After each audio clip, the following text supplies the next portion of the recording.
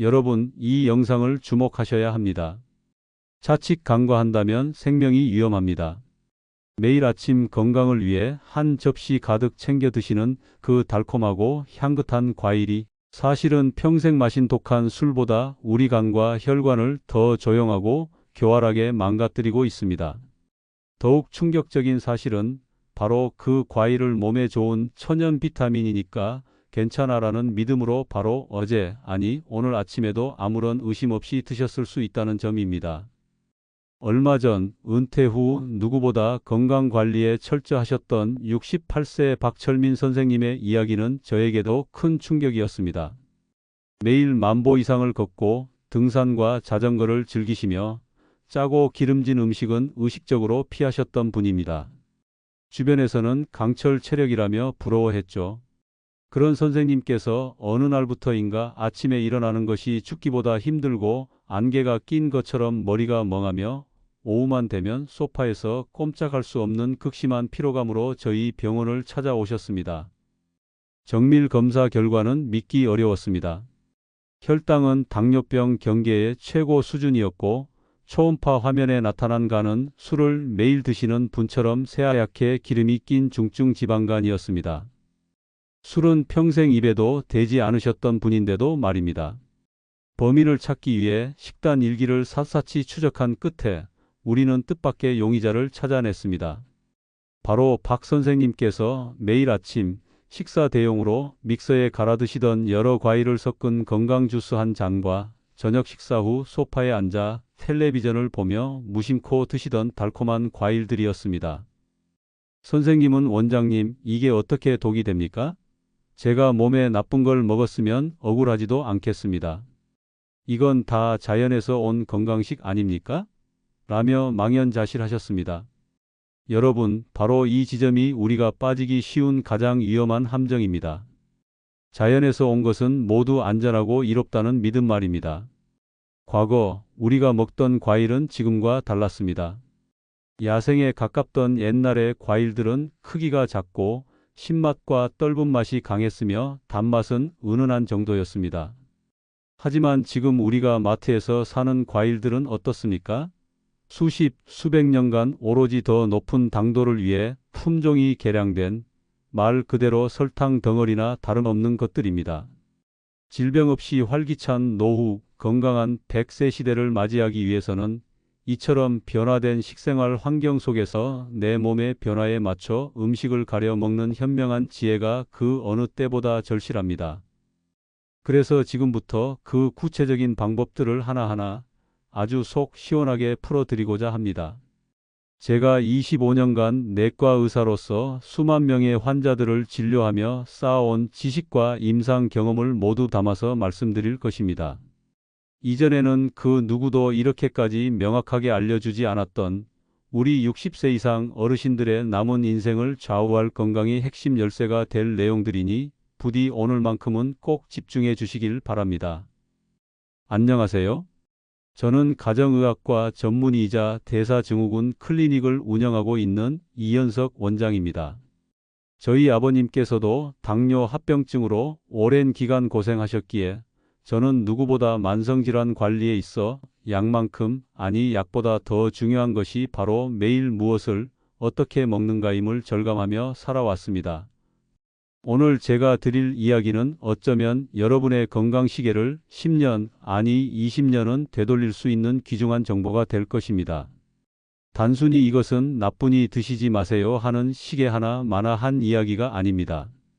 왜 우리 몸이 60세를 기점으로 달라지는지, 그래서 어떤 음식이 치명적인 독이 될 수 있는지, 그리고 그 독을 피하고 오히려 우리 몸을 살리는 보약이 되는 과일은 무엇이며, 그것을 가장 맛있고 건강하게 즐기는 방법까지 머리에 쏙쏙 들어오게 알려드릴 겁니다. 이것은 제 개인적인 추측이 아닙니다. 지난 25년간의 진료 데이터와 밤을 새워가며 분석한 수천 편의 국내외 최신 의학 논문들을 토대로 한 명확한 과학적 근거를 가지고 드리는 말씀입니다. 오늘 이 영상 딱 15분만 투자하십시오.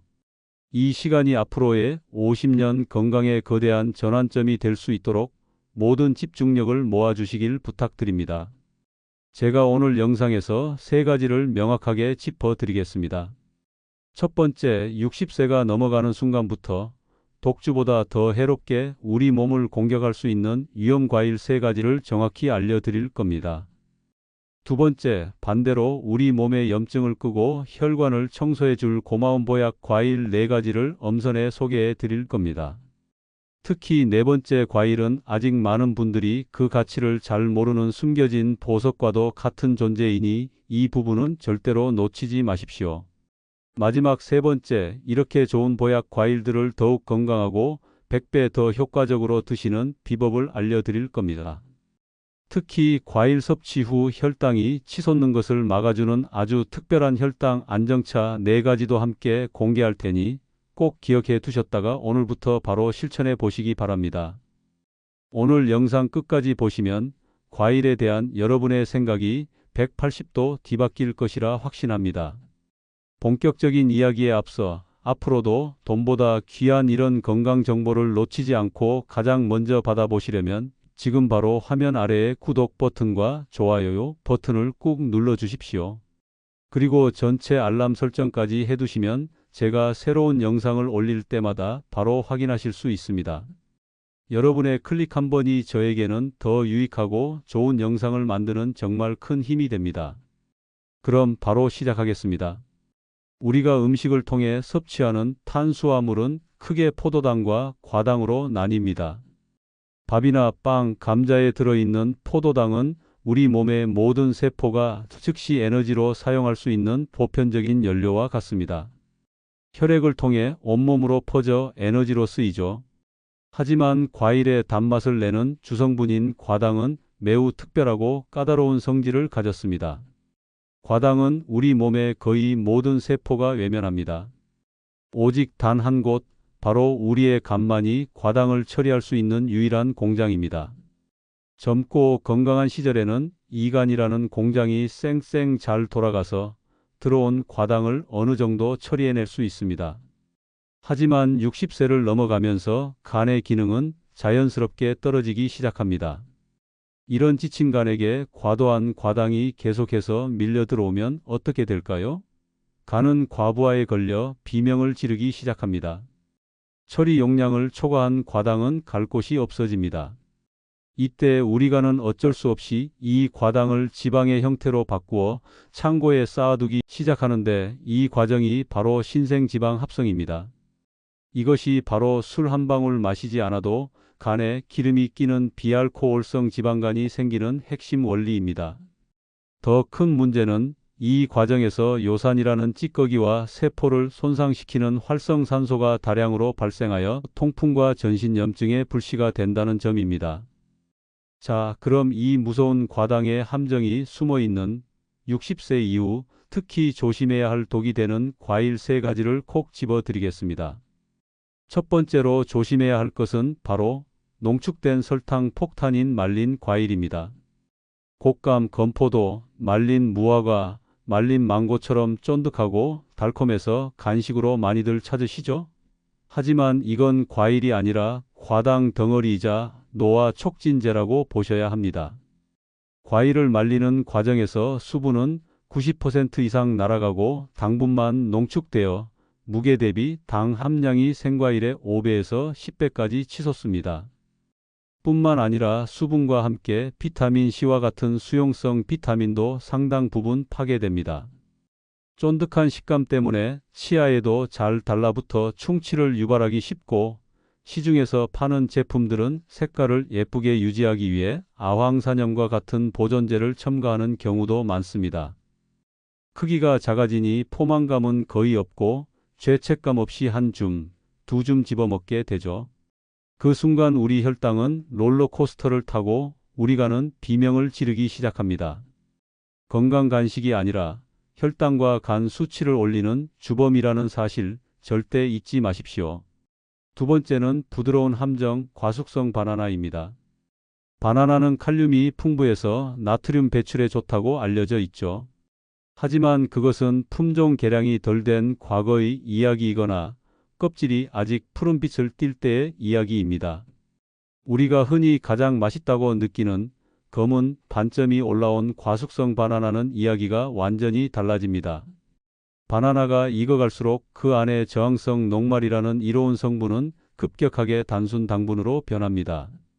저항성 녹말은 소화되지 않고 장까지 내려가 유익균의 먹이가 되는 착한 탄수화물이지만 이것이 모두 당분으로 바뀌는 겁니다.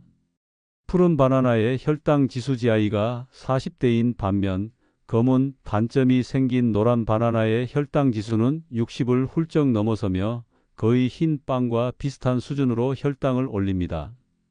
특히 아침 공복에 이런 과숙성 바나나 한두 개를 식사 대용으로 드시는 것은 아침부터 우리 몸의 췌장에 과로를 명령하고 인슐린 저항성을 높여 당뇨병으로 가는 급행열차에 올라타는 격입니다.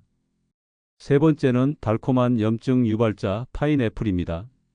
파인애플에는 브로멜라인이라는 단백질 분해 효소가 있어 소화에 좋다고 알려져 있죠.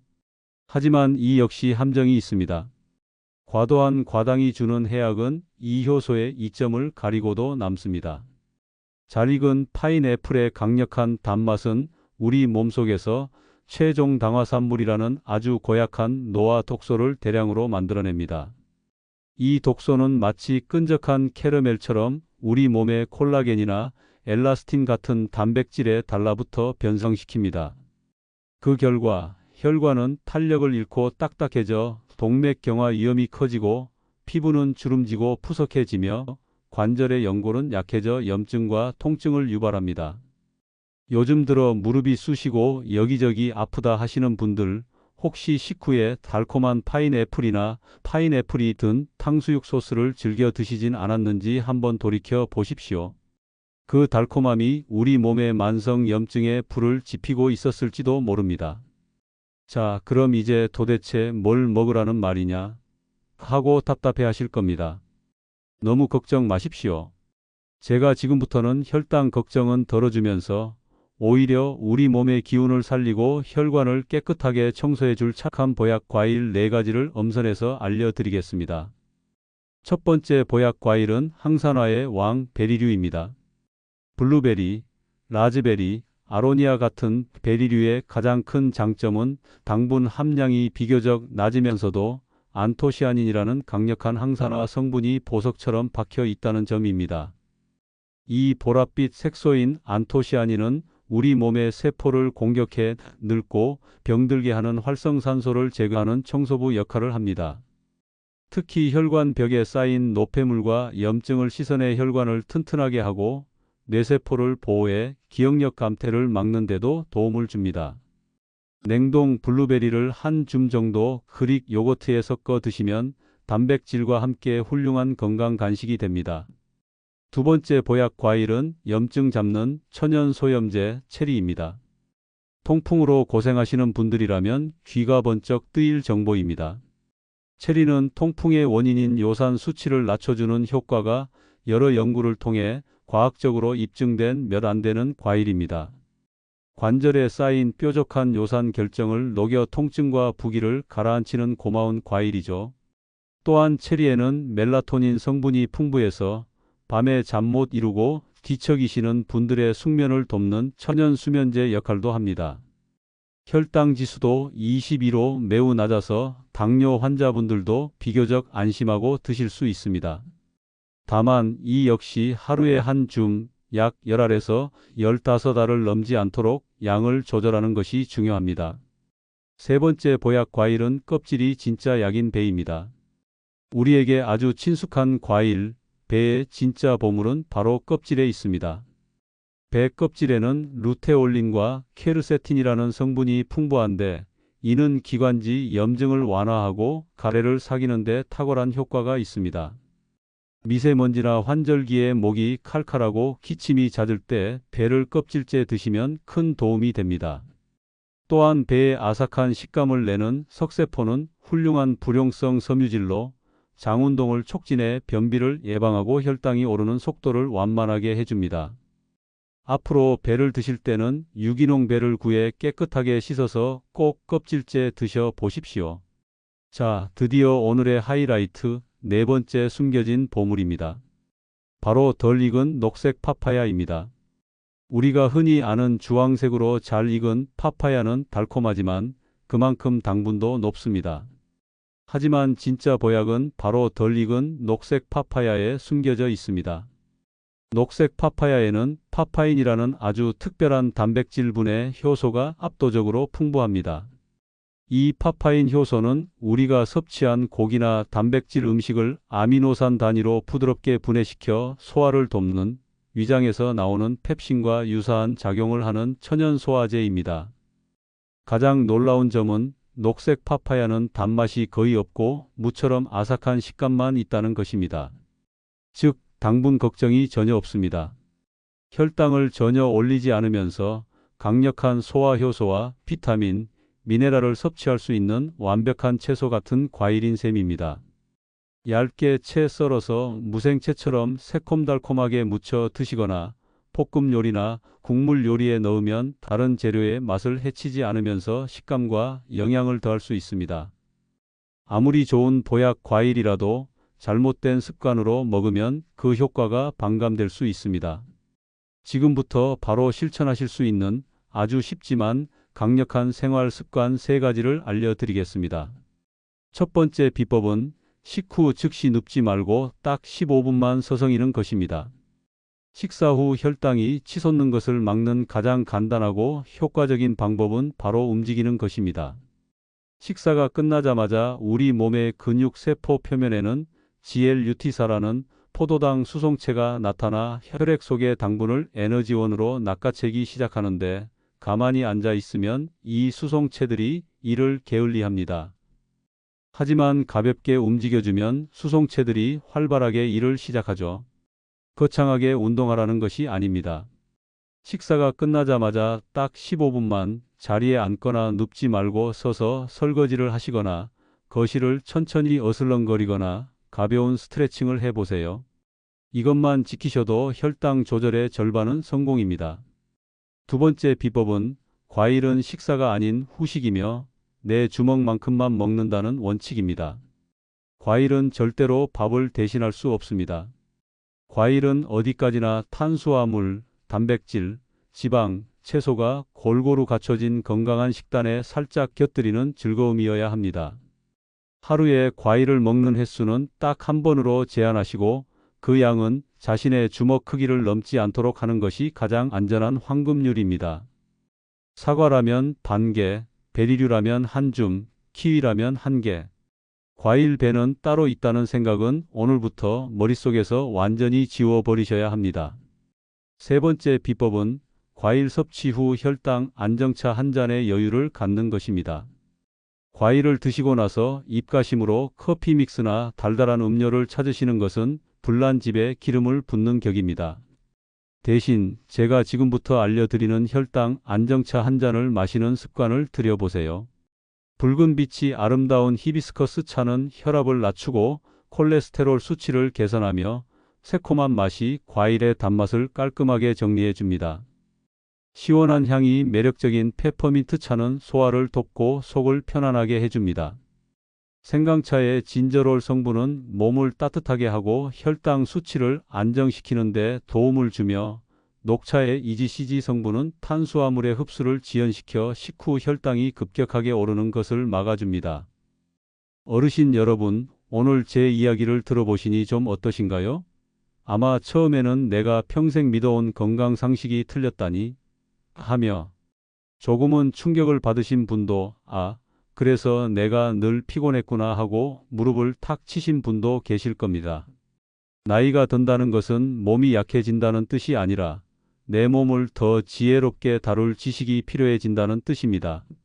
노화는 쇠퇴가 아니라 내 몸의 현명한 경영자로 승진하는 과정과도 같습니다. 처음에 소개해드렸던 박철민 선생님은 어떻게 되셨을까요?